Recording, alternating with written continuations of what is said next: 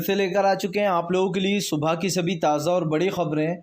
एक एक कर आपको सारी खबरों की जानकारी देंगे आज देश दुनिया में क्या कुछ हो रहा है। दरअसल दोस्तों, सबसे पहली जो बिग ब्रेकिंग न्यूज़ आ रही है, जी हाँ, जयंत चौधरी का भाजपा के ऊपर बड़ा हमला। बोले किसानों की लड़ाई लड़ी है सपा और जी हाँ आरएलडी ने। इसके बारे में आपको विस्तार से बताएंगे। वहीं पर दोस्तों अगली बिग ब्रेकिंग में हम आपको बताएंगे दोस्तों, जी हाँ, पंजाब के सीएम चन्नी के लिए सोनू सूद ने किया वीडियो जारी। जाहिर सी बात है दोस्तों, चन्नी को ही अगला सीएम का चेहरा चुना जाएगा। इसके बारे में आपको विस्तार से बताएंगे। वहीं पर दोस्तों सिद्धू पाजी ने बोला बीजेपी के ऊपर बड़ा हमला। बोले बीजेपी और आप एक ही राह पर चल रहा है। जी हाँ, अरविंद केजरीवाल भी झूठ बोलता है और मोदी भी झूठ बोलते हैं। इसके बारे में आपको विस्तार से बताएंगे। वहीं पर दोस्तों यूएई में ड्रोन से दोस्तों आपको बता दें धमाका। जी हाँ, 2 भारतीय और 1 दोस्तों पाकिस्तानी की जान चली गई है। इसके बारे में आपको विस्तार से बताएंगे। वहीं पर दोस्तों नाना पटेले का विवादित बयान। बोले मैं मोदी को मार भी सकता हूं और गाली भी दे सकता हूं। इसके बारे में आपको विस्तार से बताएंगे। वहीं पर दोस्तों अगली बिग ब्रेकिंग में हम आपको बताएंगे, सीएम चन्नी ने बोला केजरीवाल पर बड़ा हमला। बोले फिलहाल जहां केजरीवाल जा रहा है वहां पर भी मेरा ही नाम सुनाई दे रहा है। जी हाँ, सब फर्जीवाड़ा ही है, ओपिनियन पोल वगैरह। इसके बारे में आपको विस्तार से बताएंगे। वहीं पर दोस्तों किसान नेता राकेश टिकैत बोले उत्तर प्रदेश में जी अब आंदोलन होगा। सरकार ने किसान के साथ वादा खिलाफी की है और वादा खिलाफी की सजा इस सरकार को मिलेगी। इसके बारे में भी आपको विस्तार से बताएंगे। वहीं पर दोस्तों अगली बिग ब्रेकिंग में हम आपको बताएंगे दोस्तों, जी हाँ, सपा के नाहिद हसन का दोस्तों टिकट कटा तो उनकी बहन को दे दिया गया अब उनकी जगह टिकट। बताएंगे आखिरकार नाहिद हसन को किसने जेल भिजाया है। वहीं पर दोस्तों असदुद्दीन ओवैसी का बीजेपी के ऊपर बड़ा हमला। बोले फिलहाल पिछले 5 साल से लूट रही है बीजेपी जी उत्तर प्रदेश को, बस बहुत हो गया, अब हमारा सीएम होगा। इसके बारे में आपको विस्तार से बताएंगे। वहीं पर दोस्तों अगली बिग ब्रेकिंग में हम आपको बताएंगे दोस्तों, भूपेश बघेल का वादा। बोले फिलहाल नोएडा हो या कहीं पर भी जहां जहां कांग्रेस जीतेगी, अगर उत्तर प्रदेश में कांग्रेस जीतती है तो वहां पर जो है यहाँ पर पूरी तरीके से किसानों के लिए ही सोचा जाएगा। इसके बारे में आपको विस्तार से बताएंगे। वहीं पर दोस्तों अगली बिग ब्रेकिंग में हम आपको बताएंगे दोस्तों, जी हाँ, दरअसल आपको बता दोस्तों, उत्तर प्रदेश अगर हारे, अगर उत्तर प्रदेश बीजेपी के हाथ से गया तो दिल्ली भी जाएगी। जी हाँ दोस्तों, सलमान खुर्शीद की वाइफ दोस्तों आपको बता दें सेमी खुर्शीद ने बड़ा बयान दे दिया लुइस खुर्शीद ने। इसके बारे में बताएंगे क्या कुछ कहा है। वहीं पर दोस्तों अगली बिग ब्रेकिंग में हम आपको बताएंगे दोस्तों, एसपी और आरएलडी ने जारी की अपने तीसरे प्रत्याशी की लिस्ट। आपको बता दोस्तों छपरोली से जो है यहाँ पर वो जो है 2 लोगों को खड़ा किया गया है। जी हाँ, यानी कि जयंत और अखिलेश ने अब छपरोली से वीरपाल राठी को खड़ा किया है दोस्तों। और आपको बता दें बड़ौद से जयवीर सिंह ठाकुर को किया गया है। इसके बारे में भी आपको विस्तार से बताएंगे। वहीं पर दोस्तों अगली बिग ब्रेकिंग में हम आपको बताएंगे, जी हाँ, बीजेपी नाटक बंद कर दे, उसका नाटक पूरा देश देख रहा है। जी हाँ, राहुल गांधी का केंद्र पर बड़ा हमला। इसके बारे में भी आपको विस्तार से बताएंगे। तो सारी खबरें दोस्तों फटाफट अंदाज में देंगे, एक एक कर बताएंगे। फिलहाल खैर चलिए बढ़ते हैं सबसे पहली और सबसे बड़ी खबर की ओर। दरअसल दोस्तों आपको बता दीजिए, आपको बता दोस्तों पीएम नरेंद्र मोदी के ऊपर जयंत चौधरी का बड़ा हमला। बोले फिलहाल अखिलेश और हमने किसानों की लड़ाई लड़ी है। जी हाँ, आपको बता दें आरएलडी और एसपी ने मिलकर ये लड़ाई लड़ी थी। दरअसल जयंत चौधरी का कहना है कि भारतीय जनता पार्टी लगातार देश के किसान को नीचे दिखाती रही, उनको आतंकवादी खालिस्तानी बोलती रही, लेकिन एसपी और आरएलडी थे जो कि किसानों के समर्थन में खड़े हुए थे। जी हाँ, हमें न जाने कहाँ हमारी रैलियों को रोका गया, लेकिन उसके बाद भी हमने किसानों का साथ नहीं छोड़ा। जयंत चौधरी ने कहा कि इस बार देश की जनता जान चुकी है कि भाजपा का क्या हाल होने वाला है, हम बीजेपी को सत्ता से बाहर करेंगे। जयंत चौधरी ने कहा कि बीजेपी जितनी भी चाहे कोशिश कर ले वो सत्ता में नहीं आ पाएगी। जयंत चौधरी ने बताया कि बीजेपी लगातार देश में जो यहाँ पर एक हिंसक माहौल बना रही है। जाहिर सी बात है दोस्तों, देश में जिस तरीके का माहौल बनाया जा रहा है उसको लेकर जमकर भड़कते हुए नजर आए हैं जयंत चौधरी। जयंत चौधरी ने साफ कर दिया कि फिलहाल बीजेपी के खिलाफ वो प्रदर्शन करेंगे। जी हाँ, और इस बार उत्तर प्रदेश में बीजेपी को हराएंगे। जयंत चौधरी और अखिलेश ने दोस्तों हाथ मिला लिया। जाहिर सी बात है जो है यहाँ पर जयंत चौधरी और अखिलेश के हाथ मिलाने के बाद बीजेपी सक पका गई है।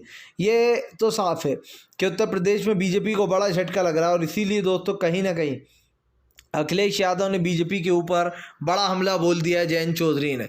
जयंत चौधरी ने कहा कि फिलहाल सत्ता में आते से ही सबसे पहले तो यहाँ पर इन लोगों का इलाज किया जाएगा और उसके बाद किसानों को उनका मुआवजा दिया जाएगा और जिन किसान भाइयों ने अपनों को खो दिया उनको मुआवजा देना बहुत ज़रूरी है।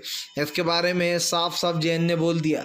फिलहाल खैर चलिए हम बढ़ते हैं दोस्तों एक और अगली बिग ब्रेकिंग की तरफ। बता दोस्तों अगली जो बड़ी खबर निकल कर आ रही है दोस्तों, आपको बताते हैं असदुद्दीन ओवैसी का बीजेपी के ऊपर बड़ा हमला। बोले फिलहाल बीजेपी ने सिर्फ देश में हिंसा फैलाई है, इसके अलावा इस सरकार ने और कुछ नहीं किया। दरअसल दोस्तों असदुद्दीन ओवैसी का कहना है कि बीजेपी ने लगातार देश में एक हिंसक माहौल बनाया, देश के माहौल को बिगाड़ने की कोशिश की।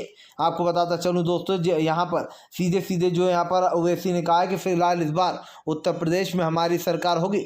असदुद्दीन ओवैसी का कहना है कि एमआई 100 सीटों पर लड़ रही है, उसको किसी की ज़रूरत नहीं है।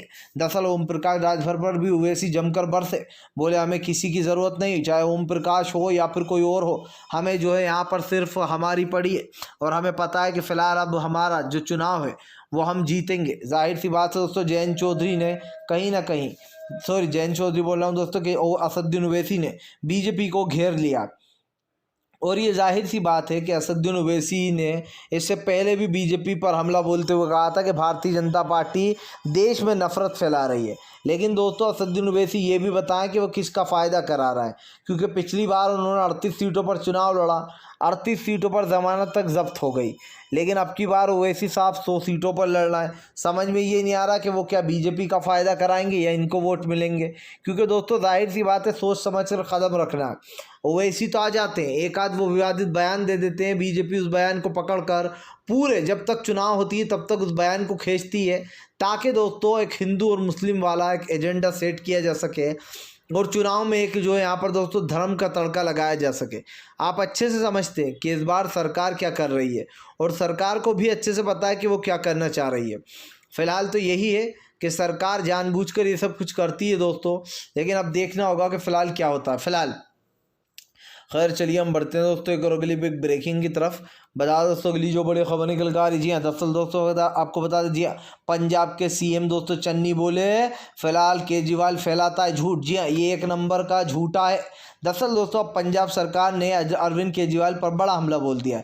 पंजाब सरकार के सीएम चन्नी ने कहा कि फ़िलहाल हर तरफ हमारी ही चर्चा है, हर तरफ लोग कांग्रेस को पसंद करते हैं और कांग्रेस ही जीतेगी, लेकिन जानबूझकर केजरीवाल यहाँ पंजाब में आकर झूठ फैला रहा है। जहाँ पर भी जाओ बस हमारा ही नाम सुनाई देता है, लेकिन इन लोगों को लगता है कि फ़िलहाल इनका नाम आ रहा है। अब आप समझिए दोस्तों, अब में कहीं ना कहीं दोस्तों इस सरकार को बड़ा झटका लगता हुआ नज़र आ रहा है। ये सरकार जो बड़े बड़े दावे करती थी दोस्तों, आज इसकी पोल खुल गई है और पोल भी ऐसे खुली है दोस्तों आप देखिए कि सीएम चन्नी को लोगों का बहुत प्यार और सपोर्ट मिल रहा है, लेकिन जो है उनका कहना है कि अरविंद केजरीवाल झूठ फैला रहा है। अब भाई झूठ कौन फैला रहा है ये तो पता नहीं दोस्तों, लेकिन पंजाब की राजनीति में भूचाल आ गया है, क्योंकि आप देखिए आपकी तरफ से जाहिर सी बात है कि पंजाब सीएम उम्मीदवार आपकी तरफ से जो है भागवत मान ही होंगे। ये जाहिर सी बात है क्योंकि भागवत मान का ही नाम सबसे ऊपर आ रहा है। और अगर पंजाब की बात की जाए दोस्तों तो चन्नी का नाम सबसे पहले आ रहा है, और ये जाहिर सी बात है कि चन्नी का नाम इसलिए भी पहले आ रहा है दोस्तों क्योंकि चन्नी जहाँ से आते हैं वो एक दलित समाज से बिलोंग करते हैं। और कहीं ना कहीं कांग्रेस ने ये साबित कर दिया कि वो दलित चेहरों को दोस्तों चुनती है और जानबूझकर चुनती है। लेकिन दोस्तों आप समझिए सरकार जो है वो सिर्फ और सिर्फ झूठ फैलाने में लगी हुई है। अब ये तो साफ है कि बीजेपी को तो बड़ा झटका लग रहा है भाई। फिलहाल खैर चलिए हम बढ़ते हैं दोस्तों एक और अगली बिग ब्रेकिंग की तरफ। बता दोस्तों अगली जो बड़ी खबर निकल कर आ रही जी हाँ, दरअसल दोस्तों आपको बता दें यूएई में अटैक, मारे गए 2 भारतीय नागरिक, 1 पाकिस्तानी। दरअसल दोस्तों आपको बता दें यूएई में ड्रोन कैमरे से दोस्तों अटैक कर दिया गया, जिसके बाद ब्लास्ट हो गया। बताया जा रहा है दोस्तों इस ब्लास्ट में 2 भारतीय नागरिक और 1 जो है दोस्तों आपको बता दें पाकिस्तानी मारा गया है, यानी कि टोटल 3 लोगों की यूएई में मौत हो गई है। दोस्तों आपको बताता चलूँ यूएई में लगातार माहौल बिगड़ता चला जा रहा है। ड्रोन कैमरे से यह हमला किया गया है। हमले के बाद दोस्तों ये साफ हो जाता है कि फ़िलहाल मारने वाला कोई इस देश का दुश्मन ही था, यूएई का। उसके बाद दोस्तों सिक्योरिटी यूएई में बढ़ा दी गई है।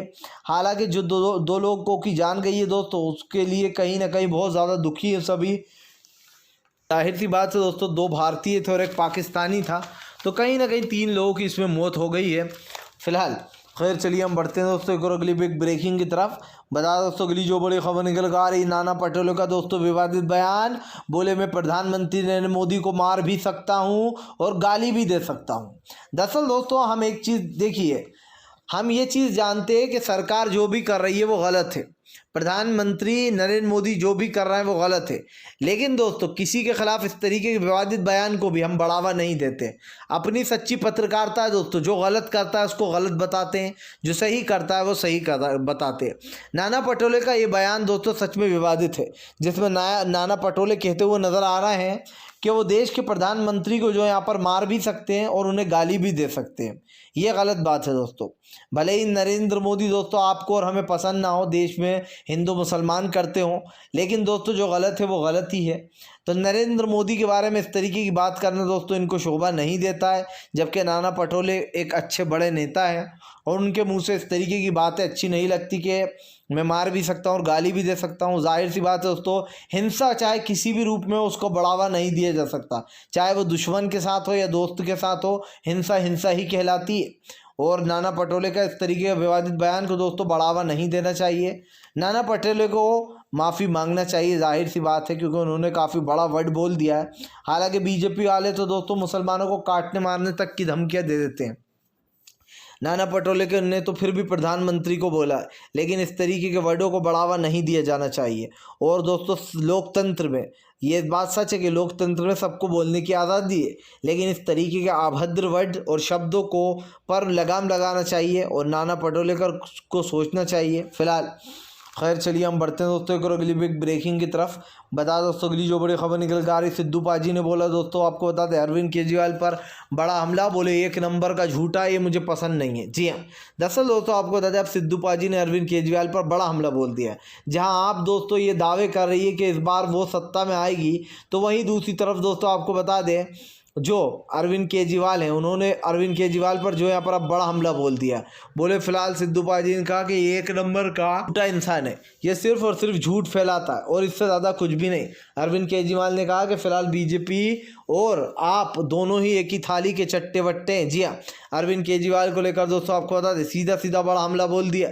जाहिर सी बात है दोस्तों कि इस वक्त जो आप कर रही है उसको लेकर कहीं ना कहीं पंजाब में हलचल मच गई है, क्योंकि आप बड़े बड़े दावे कर रही है कि पंजाब में हमारी सरकार आएगी, हमें सबसे ज़्यादा सपोर्ट मिल रहा है। और यही कारण दोस्तों जब सिद्धू पाजी ने जो यहाँ पर अरविंद केजरीवाल पर बड़ा हमला बोल दिया है और कहा बिलाल एक नंबर का झूठा है ये, क्योंकि ये सिर्फ और सिर्फ झूठ ही बोलता है। अब इस तरीके की बातें बोली जा रही हैं दोस्तों, कौन सच्चा है कौन झूठा है इसका फैसला तो आने वाली जनता ही करेगी आने वाले चुनाव में। लेकिन ये तो सच है दोस्तों कि सियासी घमासान शुरू हो चुका है।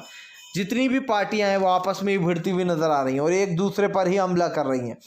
ये दोस्तों आप देखिए कि इस बार पंजाब का चुनाव जो है वो एक अलग ही ऐतिहासिक रूप लेने वाला है। क्यों लेने वाला है? क्योंकि दोस्तों किसान जो है वो भी इसमें चुनाव लड़ रहा है। कई किसान संगठन जिनको 4 महीने के लिए किसान मोर्चे से अलग कर दिया गया है।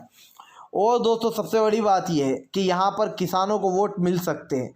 कांग्रेस के लिए और आपके लिए जो सबसे बड़ी मुसीबत थी वो दोस्तों आपको बता दें किसान पार्टी है।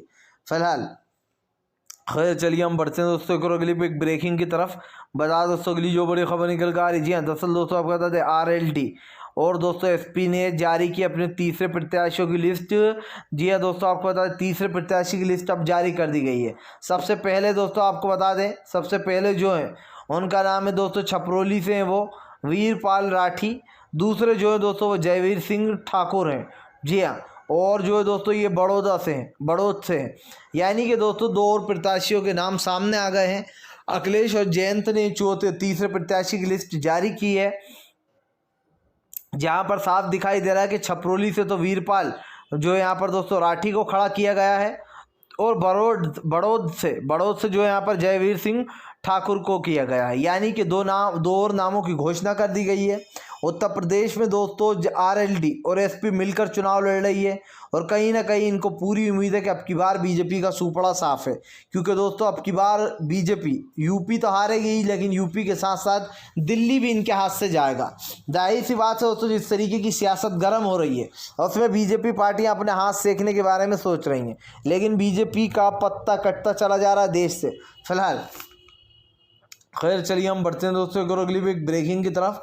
बता दोस्तों अगली जो बड़ी खबर निकल कर आ रही है दोस्तों, आपको बता नाहिद हसन का पट्टा कटा तो अखिलेश ने भी चल दिया मास्टर स्ट्रोक। जी हाँ, खेल दिया, नाहिद हसन की बहन को दे दिया दोस्तों टिकट।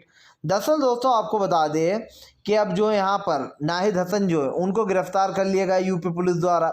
बताया गया है कि एक मामला काफ़ी लंबा चल रहा था जिसमें ये फरार थे, इनको फरार घोषित किया गया था। लेकिन दोस्तों जबकि नाहिद हसन पहले ही आत्मसमर्पण करने पहुंचे थे टिकट लेने के लिए। अब आपको बताता चलूँ दोस्तों, नाहिद हसन को 14 दिन की न्याय की हिरासत में भेज दिया। न्याय की हिरासत में भेजने के बाद दोस्तों अखिलेश यादव और बीजेपी में मुँह ज़बानी जंग शुरू हो गई।